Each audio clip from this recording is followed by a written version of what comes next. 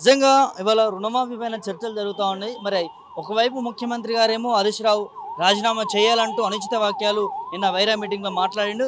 ఇంకోవైపు బీఆర్ఎస్ నాయకులు అసలు 2 లక్షల రుణమాఫీ కాలేదని చెప్పి కూడా ఏదైతే నిరసన దిగిరి ఇవాళ మరి వారితో మాట్లాడి తెలుసుకుందాం ఏం చెప్తారు ఏందని. చెప్పండి అన్న, ఎట్లా ఇప్పుడు ఇలా బీఆర్ఎస్ పార్టీ నుంచి హరీష్ రావు గారు రాజీనామా చేయాలా, ఒకవైపు ముఖ్యమంత్రి గారు 2 లక్షల రుణమాఫీ అయిపోయిందని చెప్తా ఉన్నాడు. ఇవన్నీ ముమ్మాటికి అబద్ధం. 2 లక్షలు ఎట్ టైం ఏడ చేసిండు. మన విలేజ్లో గ్రామంలో పోయి మీ మిర్రర్ టీవీ నుంచి మన అన్న ప్రభాకర్ అన్న గారికి మనవి చేస్తున్నా, దయచేసి ఇది అన్ని తప్పుడు ప్రచారము. ఈ రేవంత్ రెడ్డి రాజకీయం లబ్ధి కోసమే ఈరోజు రుణమాఫీ తీసుకొచ్చి లోకల్ బాడీ ఎలక్షన్లు ఉన్నాయనే ఉద్దేశంతో ఈరోజు అక్కడ వైరా మీటింగ్లో ఏదైతే హరీష్ అన్న మీద ఏదైతే ఇచ్చిండో దానికి నిరసనగా ఈరోజు ఉస్మానియా యూనివర్సిటీ విద్యార్థుల తరపు నుంచి కానీ రేవంత్ రెడ్డి గారికి ఒకటే మనవి చేస్తున్నాం, నీవు 6 గ్యారెంటీలు ఎట్ ఏ టైం చేస్తేనే హరీష్ అన్న రాజీనామా చేస్తా అని చెప్పిండు. అని ఎట్ ఏ టైం చేయలేవు. కానీ నువ్వు ఇది వరకు 2018లో ఓడిపోతే కోడంగల్లో నువ్వు రాజీనామా చేస్తా అన్నావు. రేవంత్ రెడ్డి రాజీనామా చేస్తా అని రాజకీయం సన్నాసం చేసుకుంటా అన్నావు. మరి ఏడుంది నీది అట్లా ఒండు మాటలు చెప్పుకుంటా ఈరోజు నువ్వు డిస్టిక్లు తిరుగుకుంటూ నువ్వు పబ్బాన్ని గడుపుకుంటున్నావు తప్ప ఈరోజు రైతుల పక్షాన నువ్వు నిజంగా రైతుకు రుణమాఫీ చేస్తే అయితే నడు బ్యాంకుల దగ్గర కోదాం.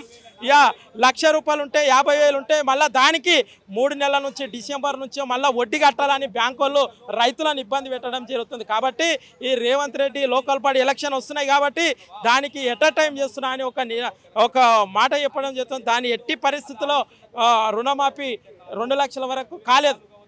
ముఖ్యమంత్రి మాట అబద్ధం అనుకోవచ్చా? ఒకవైపు స్వయాన ముఖ్యమంత్రి సభలో వైరా సభలో మాట్లాడిండు, 2 లక్షల రుణమాఫీ చేసేసినామని చెప్పి మాట్లాడుతూ ముఖ్యమంత్రి అన్నగారు మీకు చెప్తున్నా, ముఖ్యమంత్రి ఎన్ని అబద్ధాలు ఆడుతున్నారు. నిరుద్యోగులకు నీకు తెలుసు, గ్రూప్ 2 గ్రూప్ 1 ఉద్యోగుల విషయంలో నేను అశోక్ నగర్ వచ్చి రాహుల్ గాంధీని తీసుకొచ్చి అక్కడ అశోక్ నగర్ వచ్చి ఉస్మానియా యూనివర్సిటీకి వచ్చి విద్యార్థుల దగ్గర కూర్చొని మీకు నేను సీఎం అనే 1,00,000 ఉద్యోగాలు ఇస్తున్నాడు. మరి అది అబద్ధమా కాదో ఒక్కసారి గమనించండి. ఇప్పుడు రోజు కోడంగల్లో గెలిచినటువంటి ఎమ్మెల్యే రేవంత్ రెడ్డి కోడంగల్ రైతులని ఒక్కసారి రోడ్డు మీదకి వచ్చి ధర్నా చేయడం జరుగుతుంది. ఇక్కడున్న ముచ్చెంతలో ఉంది ఇబ్రహీంపట్నం ముచ్చెంతలో అక్కడ రైతులు అడ్డుకుంటే ఆ ఫార్మా కంపెనీ తీసుకొని కోడంగల్ వేస్తా అంటాడు. అక్కడ కోడంగల్లను 10 గ్రామాలు ముఖ్యముడిగా 10 గ్రామాల్లో ఉన్న రైతులు ధర్నాకు దిగడం జరుగుతుంది. మీడియా వాళ్ళు దయచేసి గ్రామాల్లో తిరిగి తెలుసుకుంటే బాగుంటుంది. అదేంటంటే అతను అబద్ధాలు చెప్పి సీఎం అయింది కాబట్టి తప్ప నిజమైన సీఎం కాదు. ఒక సీఎం ఉంటే మానవత్వ విలువలు ఉంటాయి.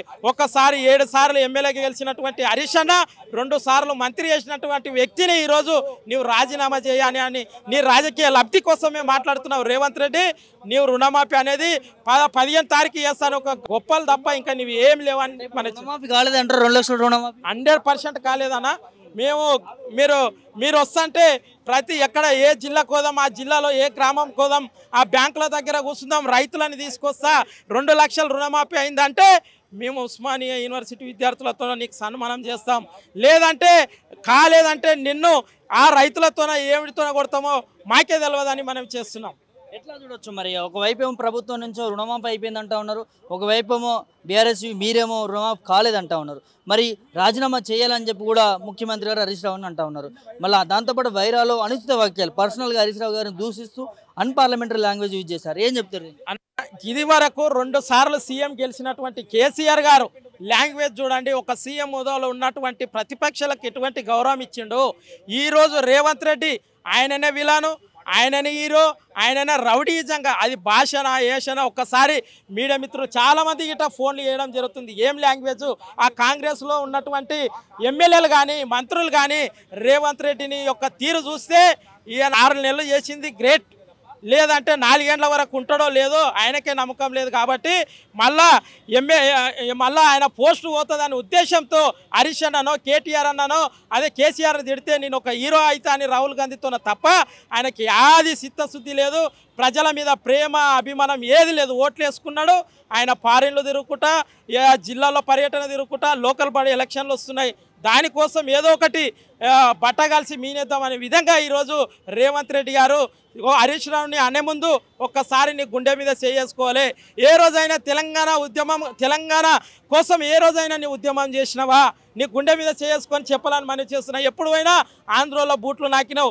ఈరోజు నిన్ను తెలంగాణ ప్రజలు కేసీఆర్ గారిని బంగారు తెలంగాణ చేస్తున్నటువంటి కేసీఆర్ గారిని మంచి పరిపాలన చేస్తుంటే ప్రజలు నీకు నిరుద్యోగులు అందరు కలిసి నువ్వు 1,00,000 ఉద్యోగాలు వేస్తావు అది వేస్తావు అనే ఉద్దేశంతో ఈరోజు నిన్ను సీఎం చేస్తే నీవు ఇక్కడున్న మన మాజీ మంత్రి మీద హరీష్ అన్న మీద నువ్వు అలా మాట్లాడడం తప్పు. నువ్వు ఒక్కసారి నువ్వు అరే అంటే అరే అంటాం, తంత అంటే తంత అంటాం. ఇప్పుడు మాకు టీఆర్ఎస్లో బీఆర్ఎస్లో ఒక క్రమశిక్షణ అన్న తమ్మి అనే ఒక ప్రేమాయతగా మాకు చెప్పాడు. అని కాంగ్రెస్లో నువ్వు ఇట్లా అరే తురే ఇదే ఏమేమో మాట్లాడుతుంటావు. ఆ లాంగ్వేజ్ నువ్వు చదువుకున్నావా లేకపోతే గాడిదలు కాసినావా తెలియదని రేవంత్ రెడ్డికి హెచ్చరిస్తున్నాం. ఎట్లా చూస్తారు ముఖ్యమంత్రి గారి వాక్యాలు హరీష్ రావు పైన చేసి? తెలంగాణ రాష్ట్ర రైతాంగం పక్షాన రుణమాఫీకై రాజీలేని పోరాటం చేస్తూ ఆయన రాజీనామాకు సిద్ధపడి ఈరోజు తెలంగాణ రైతుల పక్షాన కొట్లాడుతూ ఉంటే రుణమాఫీ పేరిట దగా చేస్తున్నటువంటి రేవంత్ రెడ్డి గారు అర్థం పర్థం లేనటువంటి వ్యాఖ్యలతో హరీష్ రావు గారిపై విరుచుకుపడడం సమంజసం కాదు. తెలంగాణ ప్రజల ముందల ఇది సభ్య సమాజం తలదించుకునేటువంటి పరిస్థితికి రేవంత్ రెడ్డి గారు తీసుకొస్తా ఉన్నారనే విషయాన్ని కూడా తెలియజేస్తూ తెలంగాణ రాష్ట్రంలో ఉన్నటువంటి 47 లక్షల మంది రైతులకు రుణమాఫీ చేస్తానని చెప్పి 31,000 కోట్లతో రుణమాఫీ చేస్తానని చెప్పి నేడు అది 22 లక్షల రైతులకు కుదించి 17,000 కోట్ల రూపాయలతో రుణమాఫీని సగంగా రుణమాఫీ చేసి తెలంగాణ రైతులను దగా చేసినటువంటి చరిత్ర రేవంత్ రెడ్డిది.